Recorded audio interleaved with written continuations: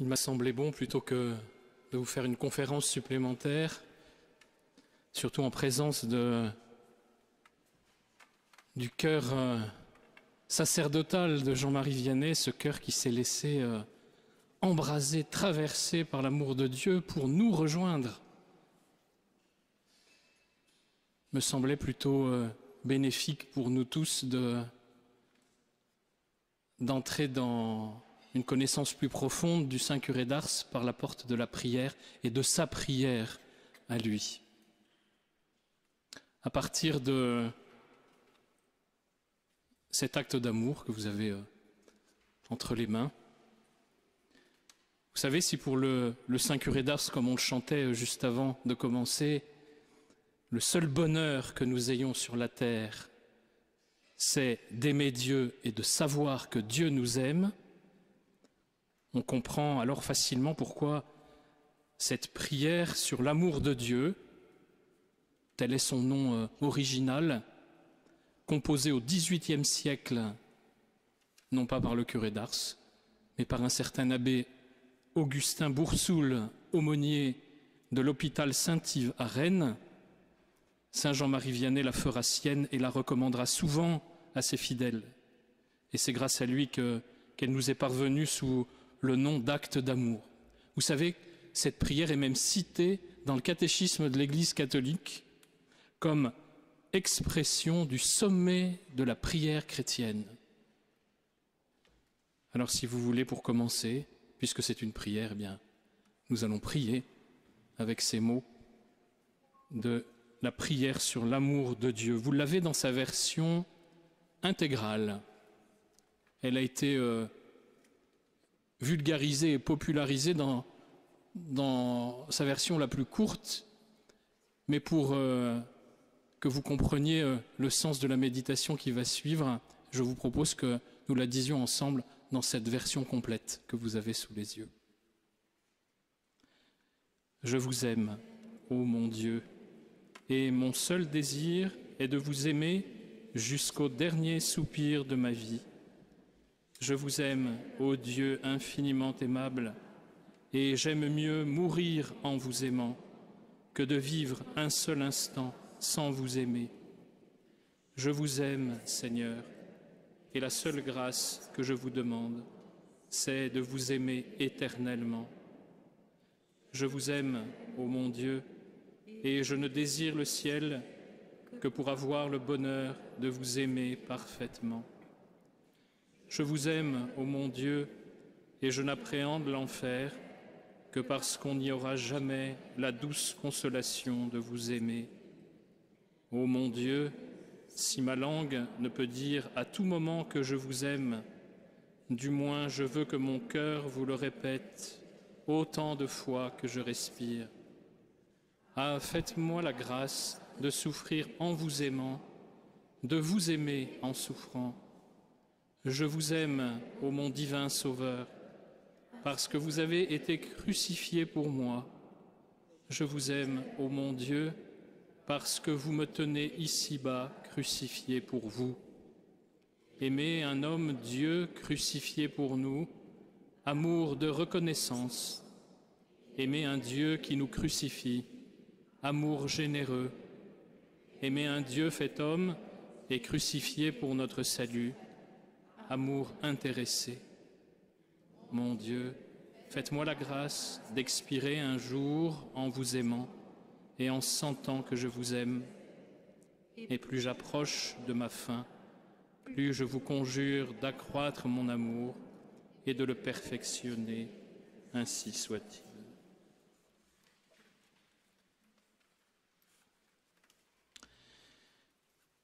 Aimer un Dieu fait homme et crucifié pour notre salut, amour intéressé. Cette affirmation de foi et de foi aimante fait entrer celui qui prie dans l'offrande amoureuse de Jésus à son Père. Plus encore, je vous aime, ô mon Dieu, parce que vous me tenez ici-bas crucifié pour vous. On peut facilement imaginer le Saint Curé d'Ars écrasé par les charges de sa mission et le sentiment profond de son indignité, prononçait ces paroles avec tout l'élan de sa foi, tout son être pris par la prière et dans la prière, comme l'illustre si magistralement à Ars la célèbre statue de Cabuchet, et trouver ainsi dans l'offrande amoureuse du Christ sur la croix le sens ultime de toute sa vie sacerdotale, en même temps que la force qui le tient pour aller jusqu'au bout de sa mission du soin des âmes.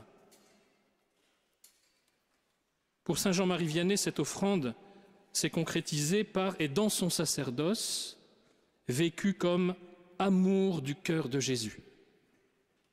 Ce sont ses mots à lui. Donc, vie livrée, sans verser à l'exemple du maître, bon pasteur qui donne sa vie pour ses brebis.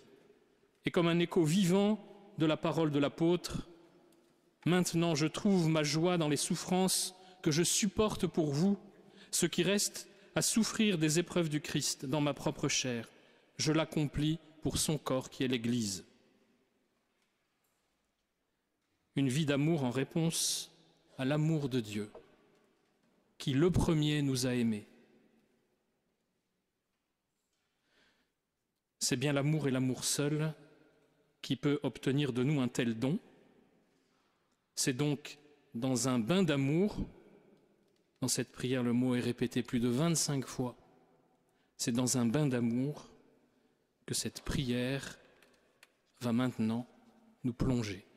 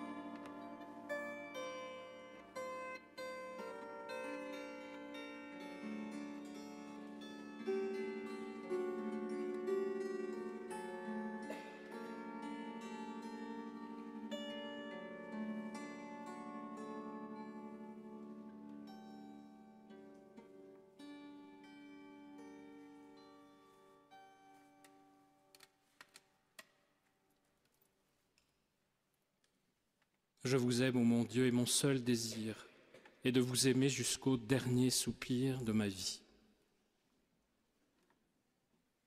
L'amour de Dieu, c'est vraiment la réalité qui éclaire toute la vie de saint Jean-Marie Vianney. Depuis sa première confession, sa première communion, dans ses prières simples d'enfance émerveillant de la nature, devant ses propres faiblesses aussi, dans toute sa manière d'être prêtre, il a été saisi par cet amour et n'a eu en réponse que l'unique désir de gagner beaucoup d'âmes au bon Dieu, pour que nombreux soient ceux qui connaissent le bonheur d'aimer Dieu et d'être aimés de lui. Et quand même, disait-il, il n'y aurait point d'autre vie, ce serait un assez grand bonheur d'aimer Dieu dans celle-ci, de le servir et de pouvoir faire quelque chose pour sa gloire. Je vous aime, ô mon Dieu, ni par l'espérance de la récompense, ni par crainte de la punition, mais uniquement parce que vous êtes bon et que vous méritez d'être aimé.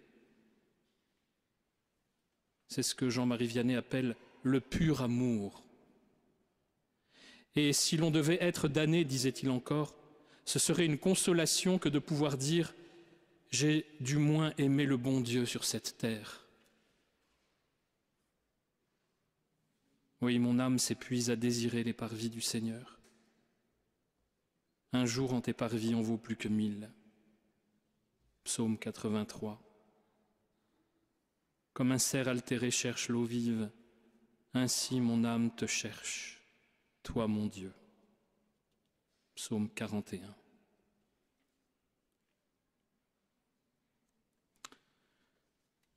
Je vous aime, ô Dieu infiniment aimable, et j'aime mieux mourir en vous aimant que de vivre un seul instant sans vous aimer.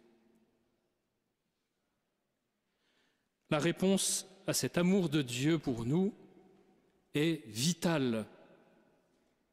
Pour le saint curé d'Ars, c'est le trésor le plus précieux et le plus durable d'une existence humaine. Vivre de Dieu afin de vivre pour Dieu, voilà le seul bonheur de l'homme qui vaut tous les sacrifices, y compris celui de notre propre vie. Pour moi, vivre, c'est le Christ, et mourir m'est un gain. Philippiens chapitre 1, verset 21. Aimer Dieu, ce n'est pas seulement lui dire de bouche « Mon Dieu, je vous aime ». Aimer Dieu de tout son cœur, de tout son esprit, de toutes ses forces, c'est le préférer à tout. C'est être prêt à perdre ses biens, son honneur, sa vie même, plutôt que de l'offenser. Aimer Dieu, c'est n'aimer rien autant que lui, rien d'incomparable à lui, rien qui partage notre cœur avec lui. Être à Dieu tout entier, être à Dieu sans partage, le corps à Dieu, l'âme à Dieu.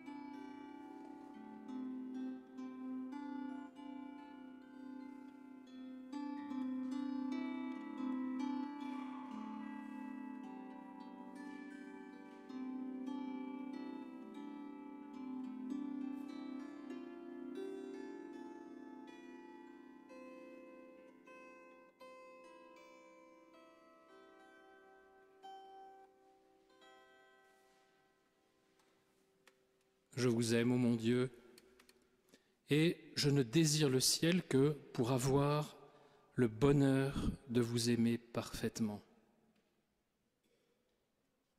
Le ciel pour le curé d'Ars, c'est aimer Dieu parfaitement. Et là doit être le désir de notre cœur parce que nous sommes faits pour cet amour. C'est là que nous trouverons le bonheur le plus parfait, celui qui nous comblera vraiment. Sur la terre, il y a encore des limites à cause de ce que nous sommes. Au ciel, Dieu pourra être tout en tous. Au ciel, dit-il, notre cœur sera tellement perdu, noyé dans le bonheur d'aimer Dieu, que nous ne nous occuperons ni de nous ni des autres, mais de Dieu seul, plus exactement nous nous aimerons tous en Dieu. Et ce bonheur sera nourri par la contemplation de Dieu, par la vision de Dieu. Nous le verrons, dit-il. Ô mes frères, y avez-vous déjà pensé? Nous verrons Dieu.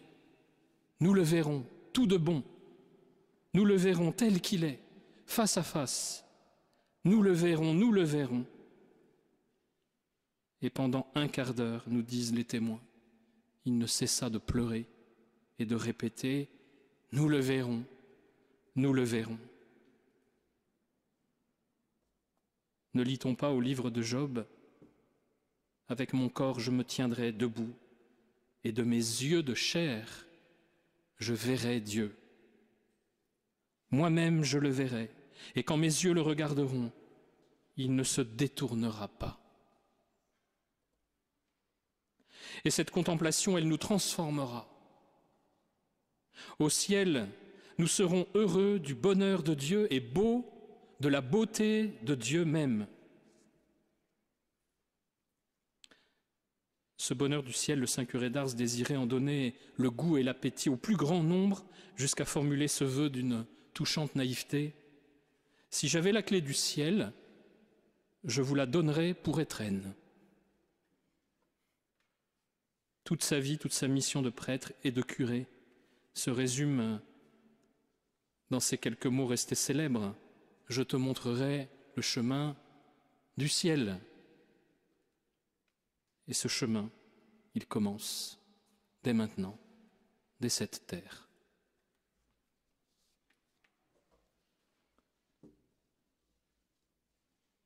Je vous aime, ô mon Dieu, et je n'appréhende l'enfer que parce qu'on n'y aura jamais la douce consolation de vous aimer. Si le ciel, c'est aimer Dieu parfaitement, l'enfer, à l'inverse, c'est l'impossibilité d'aimer. Ne jamais aimer le bon Dieu dans l'enfer, quel malheur! Si un damné pouvait dire une seule fois « Mon Dieu, je vous aime », il n'y aurait plus d'enfer pour lui. Mais hélas, cette pauvre âme, elle a perdu le pouvoir d'aimer qu'elle avait reçu et dont elle n'a pas su se servir. Et le curé d'Ars continue avec l'audace des saints. L'enfer prend sa source dans la bonté de Dieu. L'enfer prend sa source dans la bonté de Dieu. Les damnés diront « Si du moins Dieu ne nous avait pas tant aimés, nous souffririons moins. L'enfer serait supportable. Mais nous savoir tant aimer, quelle douleur !» Saint Jean-Marie Vianney a souvent parlé, selon l'usage de son temps, des peines de l'enfer, mais, rapporte un témoin, c'était surtout en faisant ressortir la privation de Dieu et de son amour. Oui, l'enfer, c'est l'impossibilité d'aimer.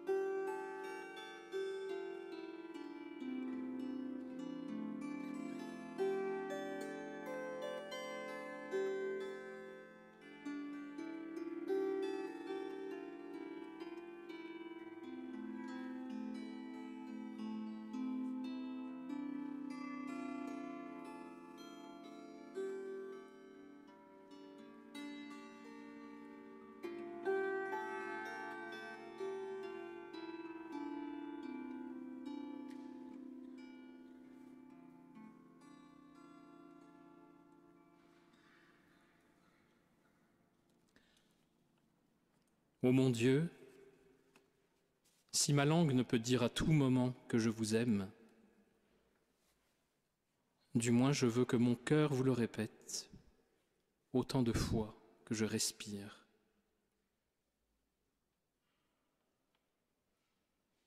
Pour le Saint curé d'Ars, c'est toujours toute la personne qui est appelée à se livrer à l'amour de Dieu. C'est toute la personne qui doit être honorée, corps et âme, faite par Dieu et pour Dieu. Mon cœur et ma chair, dit-on dans le psaume, sont un cri vers Dieu. Vous savez que les pauvres qui venaient à Ars voulaient toujours avoir affaire au Saint curé et à lui seul. Pourquoi ? Parce que le Saint curé d'Ars ne se contentait jamais d'un simple secours matériel, si nécessaire fût-il. Il accompagnait toujours l'œuvre de miséricorde corporelle à une œuvre de miséricorde spirituelle. Ainsi le pauvre reprenait conscience de sa dignité profonde. J'ai aussi une âme que Dieu seul peut nourrir et rassasier. Puisque toute la personne est appelée à la louange et à la glorification de Dieu, le rythme même des battements de notre cœur peut alors devenir comme une litanie d'amour. Cette louange ne s'épuise pas et elle n'épuise pas quand elle sort d'un cœur qui a d'abord accueilli l'amour infini de Dieu, qui s'est laissé traverser par lui. La prière devient alors la respiration de notre âme, battement d'un cœur qui aime.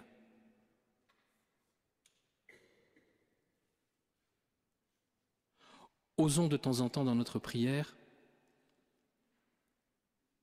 entendre le cœur du Père qui ne bat que pour nous et qui murmure à notre cœur: je t'aime, je t'aime,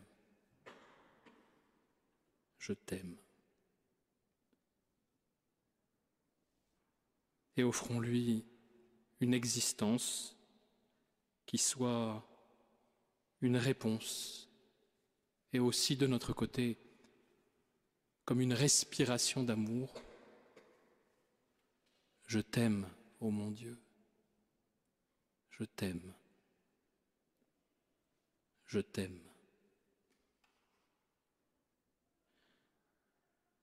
Si ta langue est muette, dit saint Augustin, que ta vie, elle, soit une acclamation, que notre vie puisse devenir un livre où se lit l'amour, un évangile vivant de l'amour.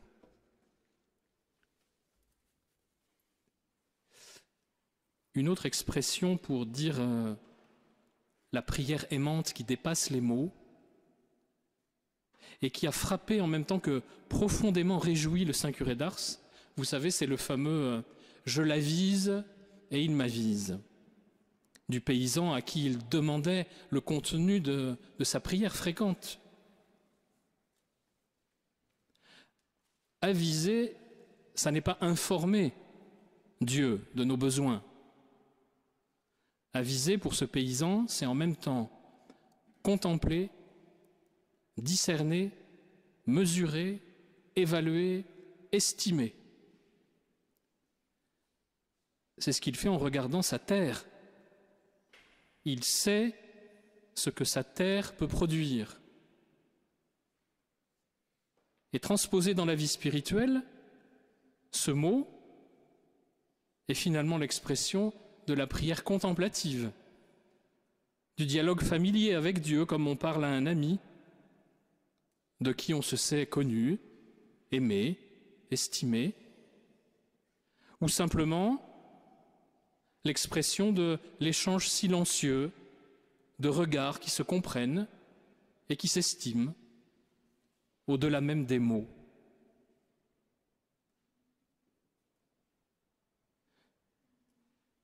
Je l'avise et il m'avise. Et une dernière image chère à saint Jean-Marie Vianney pour donner le goût de la prière continuelle qui devient comme un souffle vital, la respiration de l'âme. Dans cette union intime qu'est la prière, dit-il, Dieu et l'âme sont comme deux morceaux de cire fondus ensemble, on ne peut plus les séparer. La prière comme union intime avec Dieu. Vous voyez qu'on est loin de la prière qui se contente de demander des choses à Dieu ou d'informer Dieu de nos besoins. Avec le Saint Curé d'Ars, on apprend que la prière est respiration de notre âme, une litanie d'amour qui peut sortir de nous au rythme de notre souffle, des battements de notre cœur, un échange de regards aimants. Je l'avise, il m'avise. Une union intime, une douce amitié avec le Seigneur.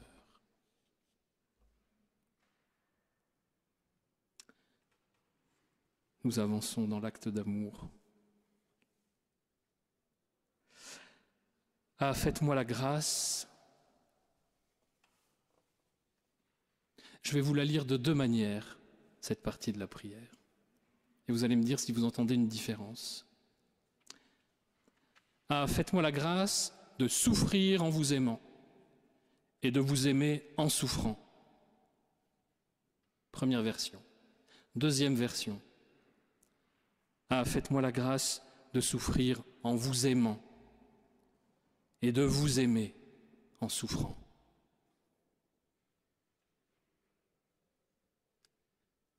J'ai mis du temps pour moi-même. Plus exactement, je me suis rendu compte que je la disais plus naturellement de la première façon, en appuyant sur quel mot ? Souffrir et souffrant. Je vous le refais ? Ah, faites-moi la grâce de souffrir en vous aimant et de vous aimer en souffrant. Et j'étais jamais très à l'aise à cet endroit de la prière. Parce que pour moi, c'était trop insistant sur la souffrance. Et il a fallu que je la pratique un certain temps, cette prière, pour finalement comprendre l'intérêt de dire ces mots en insistant davantage sur aimer. Dans toute la prière, on ne nous parle que d'aimer, d'amour. Pourquoi à cet endroit-là, on s'arrêterait de vouloir insister sur cette réalité de l'amour? Alors, la spiritualité de l'époque du curé d'Ars, on nous en parlait ce matin dans la conférence, encore jansénisante, très doloriste, aurait eu vite fait d'appuyer sur ces mots souffrir, souffrant. Saint Jean-Marie Vianney, je le crois profondément, a su insister davantage sur aimer. Parce que toute sa vie nous le dit. Toute sa vie humaine, toute sa vie spirituelle nous le dit. Il sait par expérience que l'amour est la seule réalité qui donne du sens à nos souffrances, à notre vie, à notre mort. Ce n'est jamais une grâce que de souffrir. C'en est toujours une que de continuer à aimer au cœur même de nos souffrances, au cœur même de nos épreuves. Et oui, le Saint Curé parle d'expérience. Les souffrances de l'existence, il les appelle les croix au pluriel. Et qu'invite-t-il à en faire? Écoutons-le. Il faut demander l'amour des croix. Alors vous allez me dire, ça semble bien paradoxal avec tout ce que je vous disais avant sur l'insistance plutôt sur aimer que sur souffrir. Mais laissons-le s'expliquer.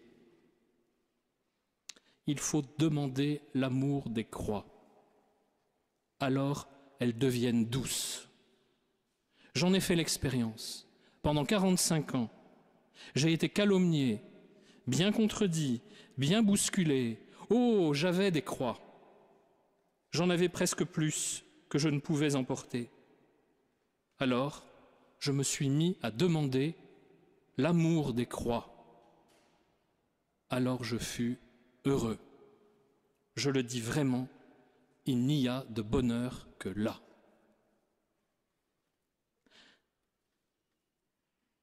Pourquoi Saint Jean-Marie Vianney trouve-t-il du bonheur à aimer les croix de son existence?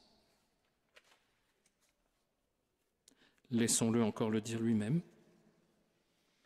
Les croix, transformées dans les flammes de l'amour, c'est-à-dire unies à la croix de Jésus, sont comme un fagot d'épines qu'on jette au feu et que le feu réduit en cendres. Les épines sont dures, mais les cendres sont douces.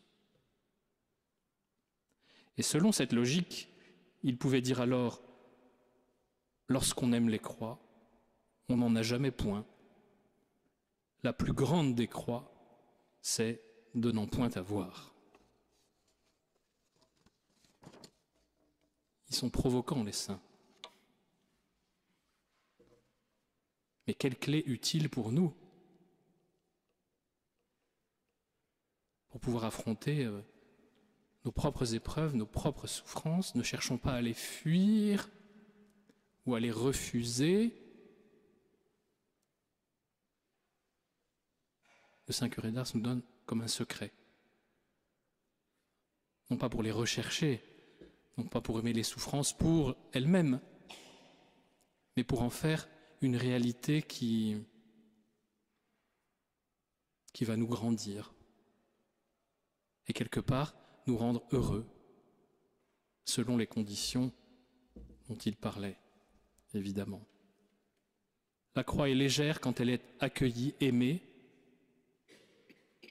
Elle écrase quand elle est refusée. Le mystique, c'est un réaliste. Quand on refuse ce qui se présente, on se détruit.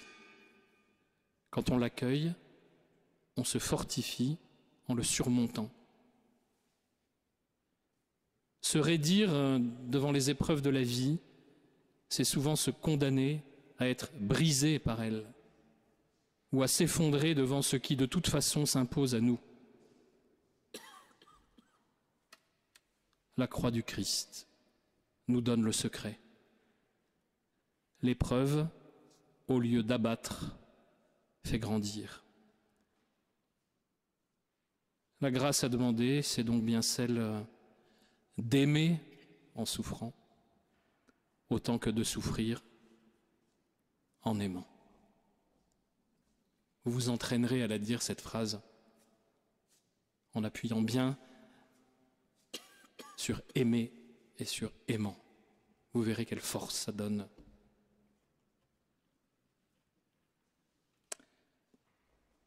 Et dans cette partie de l'acte d'amour, l'autre grâce qui est demandée, c'est d'expirer un jour en vous aimant et en sentant que je vous aime. Et en sentant que je vous aime. L'autre grâce que Saint Jean-Marie Vianney demande à l'heure de sa mort, c'est la consolation de sentir qu'il aime Dieu. C'est-à-dire de mourir en ayant le plus pleinement possible conscience d'aimer Dieu. Une petite parenthèse, vous savez, parfois on dit d'une personne qui est morte dans son sommeil, « Oh bah, quelle belle mort !» Est-ce bien sûr? Pas pour le curé d'Ars, apparemment. Pouvoir mourir avec la pleine conscience que nous aimons Dieu. Autrefois, je ne suis pas si vieux que ça, mais quand j'étais petit, j'entendais souvent prier, mais dans le rosaire, on demande ça comme fruit d'un mystère, la grâce d'une bonne mort. Pour Saint Jean-Marie Vianney, la grâce d'une bonne mort, c'est mourir en aimant Dieu et en sentant que nous aimons Dieu. Parce que c'est une consolation profonde.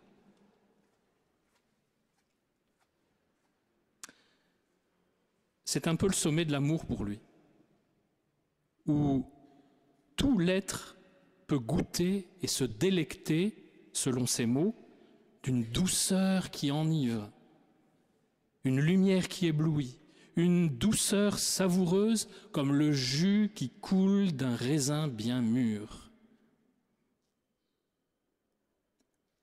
La foi et l'espérance n'existeront plus dans le paradis, nous dit-il, mais l'amour. Nous en serons enivrés. Nous serons noyés, perdus dans cet océan d'amour divin. Si nous savions le comprendre, le sentir, le goûter, que nous serions heureux.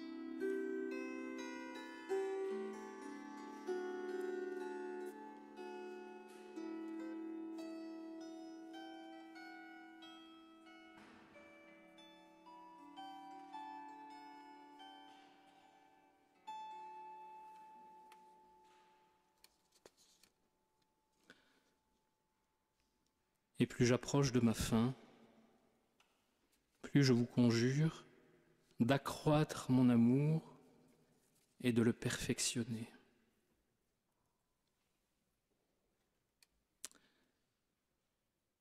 Ce que saint Jean-Marie Vianney demande lorsqu'il envisage sa mort,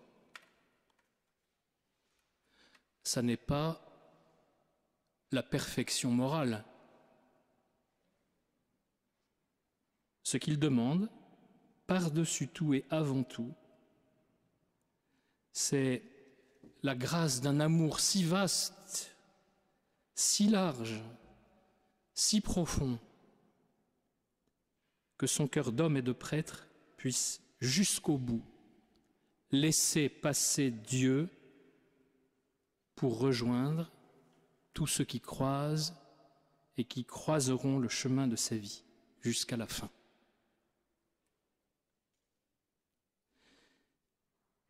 C'est un amour de pasteur qui donne sa vie pour ses brebis.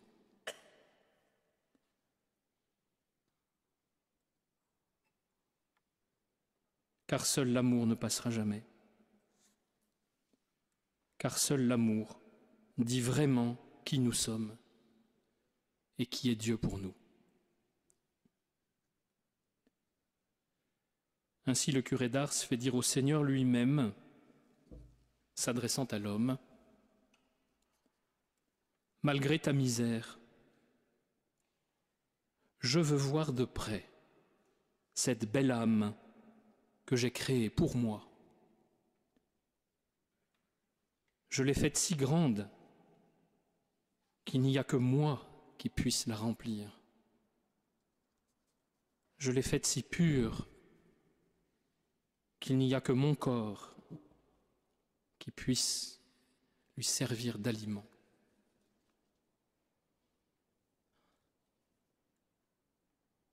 Laissez cette parole vous faire du bien, tout le bien que Dieu vous réserve.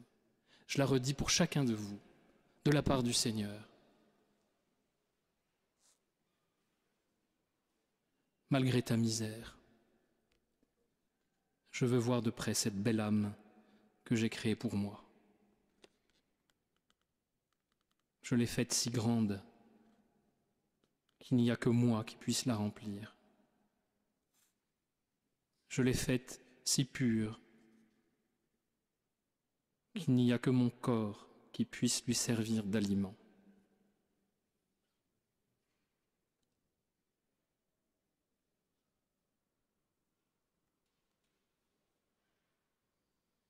Notre âme, si grande, si pure, telle que Dieu la voit, telle que Dieu la veut, c'est mon âme, malgré ma misère.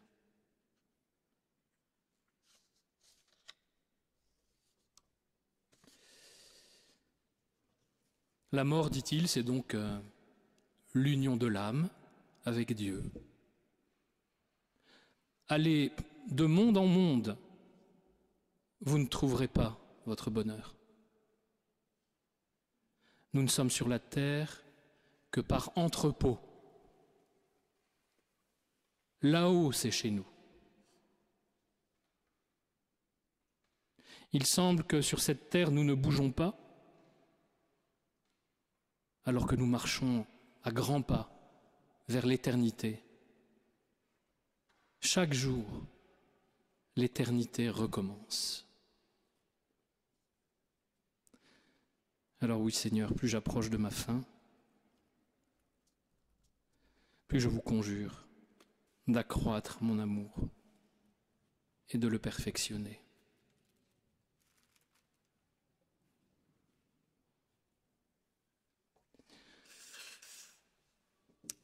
Pour terminer, et puisque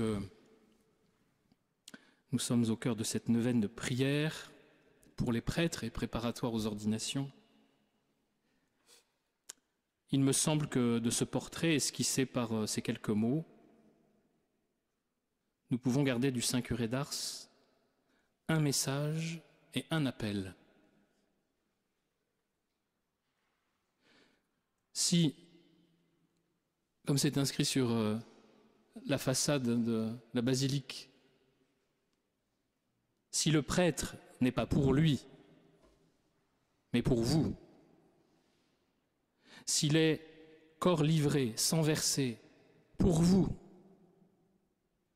encore une parenthèse,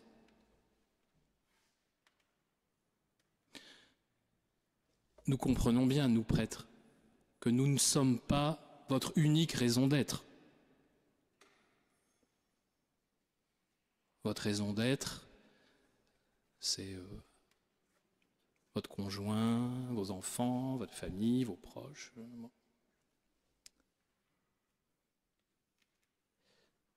Si nous ne sommes pas votre raison d'être, sachez que vous êtes notre raison d'être prêtre. Le prêtre n'est pas pour lui, il est pour vous, corps livré, sang versé.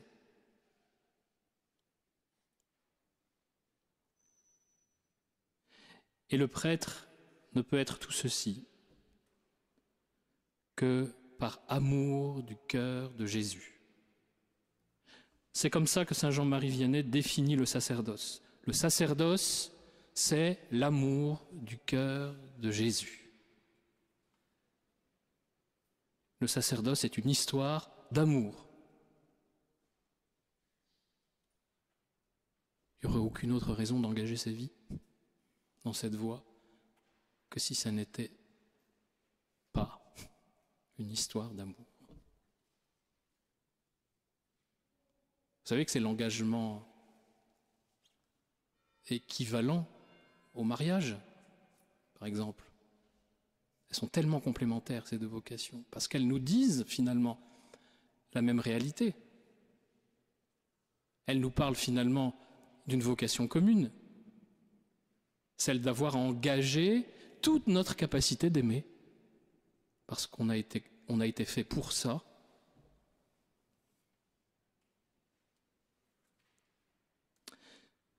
Une histoire d'amour. Le sacerdoce, c'est l'amour du cœur de Jésus, c'est-à-dire c'est l'attachement, l'intimité du prêtre avec le cœur de Jésus, qui veut passer par son cœur sacerdotal pour vous rejoindre tous et chacun. Ça, c'est le message. Voici l'appel pour nous, prêtres ou futurs prêtres. Soyons d'abord des amoureux et des intimes du cœur de Jésus. Parce que c'est à cette source que nous devons conduire tous ceux qu'il nous confie par son Église.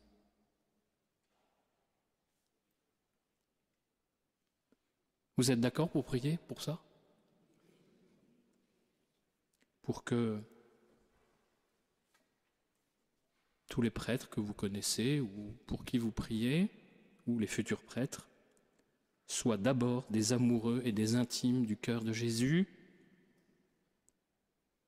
à la source duquel nous devons vous conduire, mais où vous nous conduisez aussi, où nous devons ensemble aller puiser cet amour qui fait vivre. Tout le reste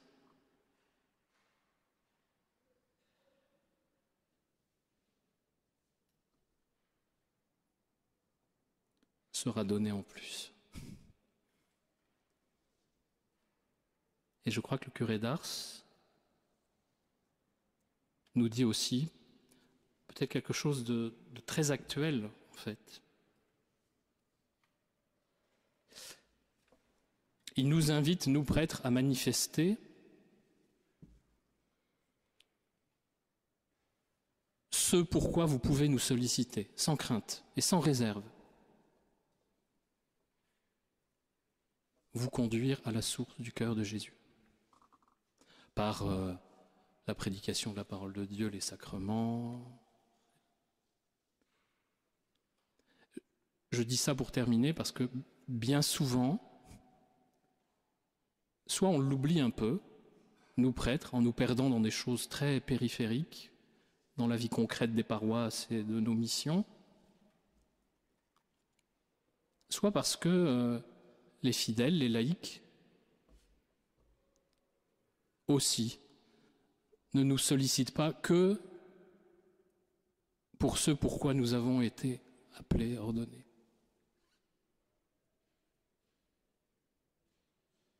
Vérifiez ce pourquoi vous sollicitez un prêtre en général. Pas maintenant, mais la prochaine fois que vous solliciterez un prêtre, essayez de prendre conscience de ce pourquoi vous allez le solliciter.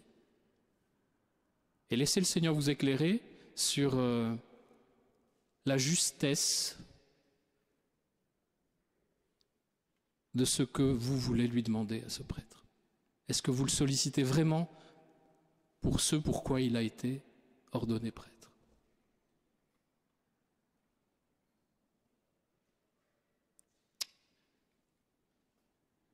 J'ai des exemples concrets en tête, mais ce n'est pas le plus intéressant.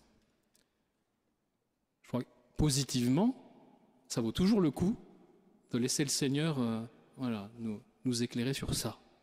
Parce que ça permet aux prêtres d'être pleinement prêtres. Et puis à vous, ça vous permet de recevoir le service spirituel que vous êtes vraiment en droit de demander. Je ne sais pas si c'est très clair ce que je dis, mais voilà, je crois que le curé d'Ars nous invite à cette clarté d'esprit et à puis à cette joie profonde surtout de former ensemble le corps du Christ. Voilà, vous êtes notre raison d'être, prêtre. Amen.